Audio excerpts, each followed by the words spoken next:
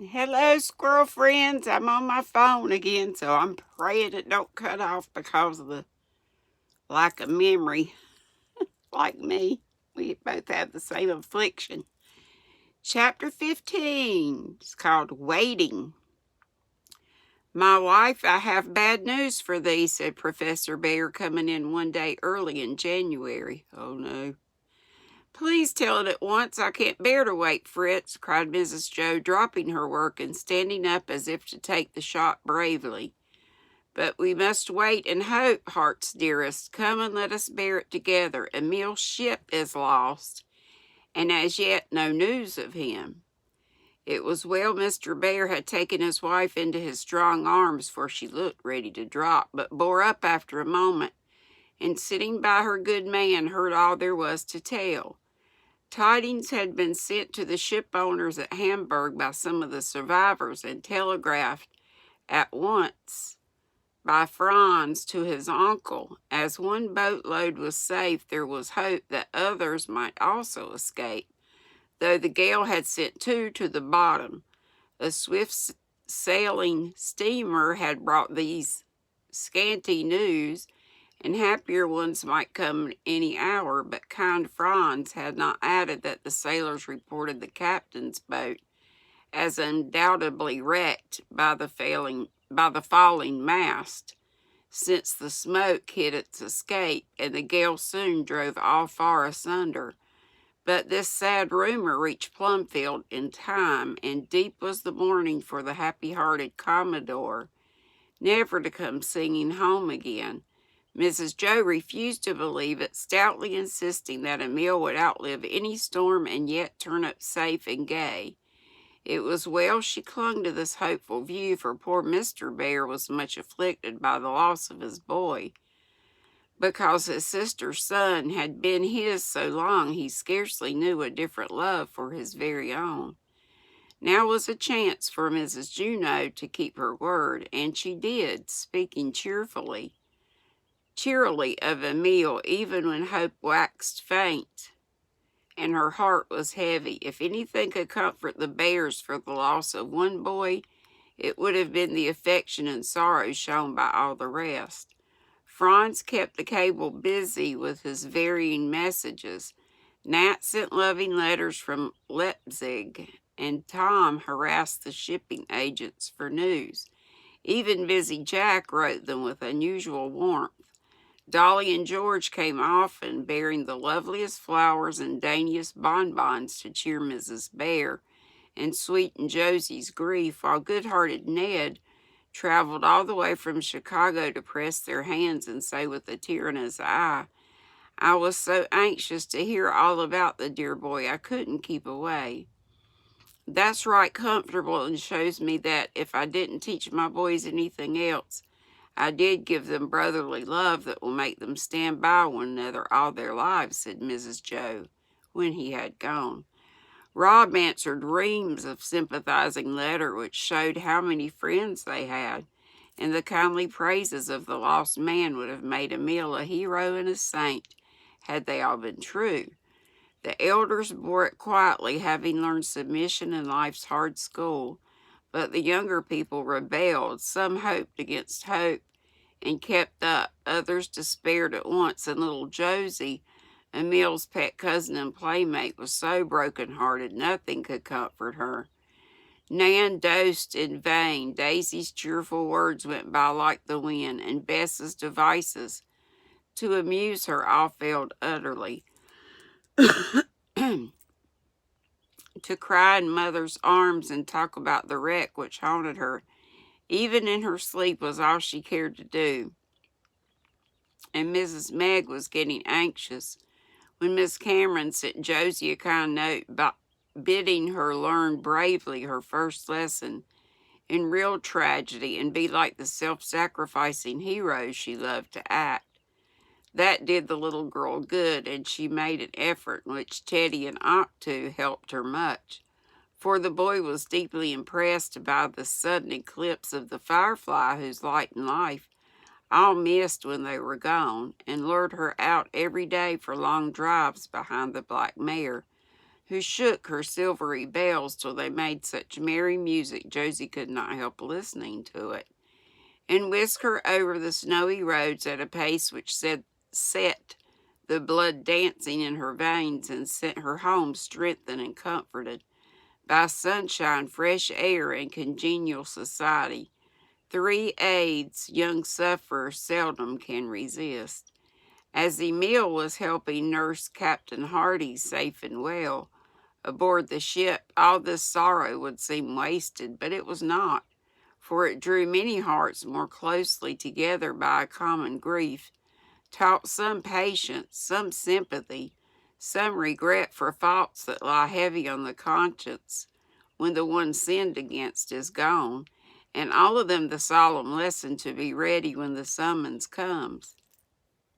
A hush lay over Plumfield for weeks, and the studious faces on the hill reflected the sadness of those in the valley. Sacred music sounded from Parnassus to comfort all who heard. The brown cottage was besieged with gifts for the little mourner, and Emil's flag hung at half-mast on the roof where he last sat with Mrs. Joe. So the weeks went heavily by till suddenly, like a thunderbolt out of a clear sky, came the news, all safe, letters on the way. Then up went the flag, out rang the college bells, bang went Teddy's long unused cannon, and a chorus of happy voices cried, "Thank God," as people went about laughing, crying, and embracing one another in a rapture of delight. By and by the longed-for letters came, and all the story of the wreck was told, briefly by Emil, yay, eloquently by Mrs. Hardy, gratefully by the captain, while Mary added a few tender words that went straight to their hearts and seemed the sweetest of all. Never were letters so read, passed round, admired, and cried over as these. For Mrs. Joe carried them in her pocket when Mr. Bear did not have them in his, and both took a look at them when they said their prayers at night. Now the professor was heard humming like a big bee again as he went to his classes, and the lines smoothed out of Mother Bear's forehead, while she wrote this real story to anxious friends and let her romances wait. Now messages of congratulation flowed in, and beaming faces showed everywhere. Rob amazed his parents by producing a poem which was remarkably good for one of his years, and Demi set it to music that it might be sung when the sailor boy returned. Teddy stood on his head literally and tore about the neighborhood on octu like a second Paul Revere.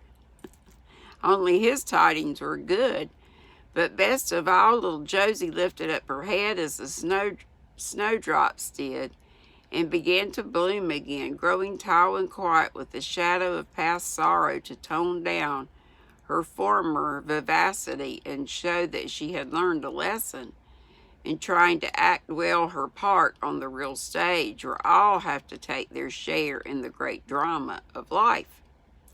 Now another sort of waiting began, for the travelers were on their way to Hamburg and would stay there a while before coming home, as Uncle Herman owned the Brenda, and the captain must report to him. Emil must remain to Franz's wedding, deferred till now because of the season of mourning, so happily ended. These plans were doubly welcome and pleasant after the troublous times which went before, and no spring ever seemed so beautiful as this one.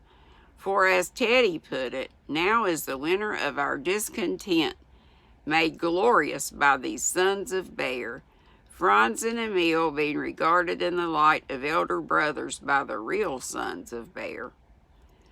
There was great scrubbing and dusting among the matrons as they set their houses in order, not only for class day, but to receive the bride and groom who were to come to them for the honeymoon trip. Great plans were made, gifts prepared, and much joy felt at the prospect of seeing Franz again, though Emil, who was to accompany them, would be the greater hero. Little did the dear souls dream what a surprise was in store for them, as they innocently laid their plans and wished all the boys could be there to welcome home their eldest and their Casablanca.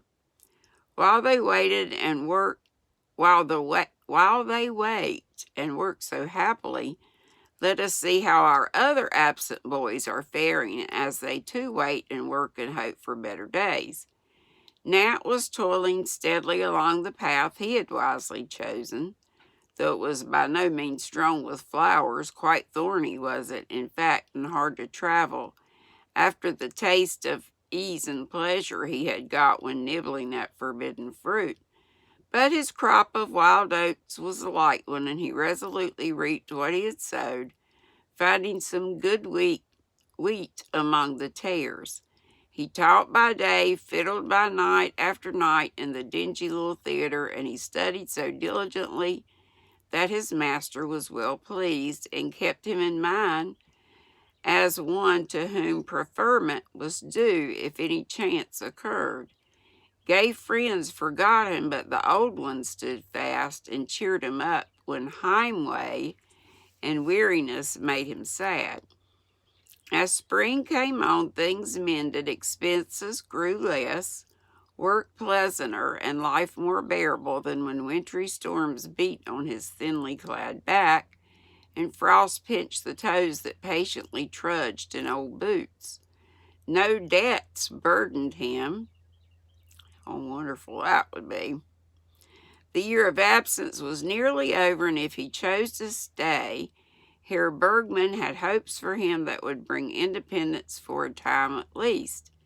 So he walked under the lindens with a lighter heart, and in the May evenings went about the city with a band of strolling students making music before houses where he used to sit as a guest.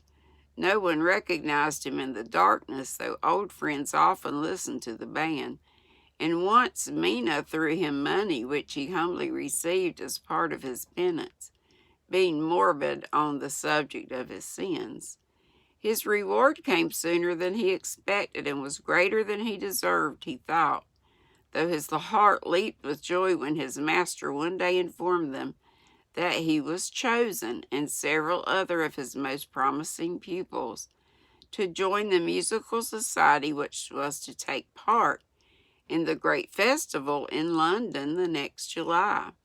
Here was not only honor for the violinist, but happiness for the man, as it brought him nearer home and would once open a chance of further promotion and profit in his chosen profession. Make thyself useful to Bachmeister there in London with thy English, and if all goes well with him, he will glad to take thee to America, whither he goes in the early autumn for winter concerts. Thou hast done so well these last months, and I have hopes of thee. And I'm going to stop right there before I get cut off. Hope you all have a great hump day, Wednesday, and I hope to see you live at 5 today. Be sweet. Don't be ugly. Love ya. Bye-bye.